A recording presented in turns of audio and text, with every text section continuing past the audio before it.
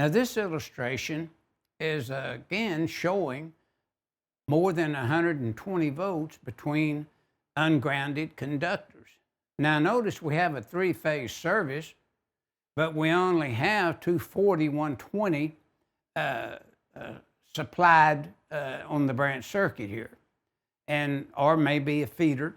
But notice we still do not exceed more than 150 volts to ground, but it's 240 volts from L1 to L2.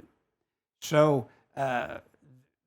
this type of voltage is outlined in 210.6C and 225.7C of the NEC. And that's what this figure 4-19B is illustrating.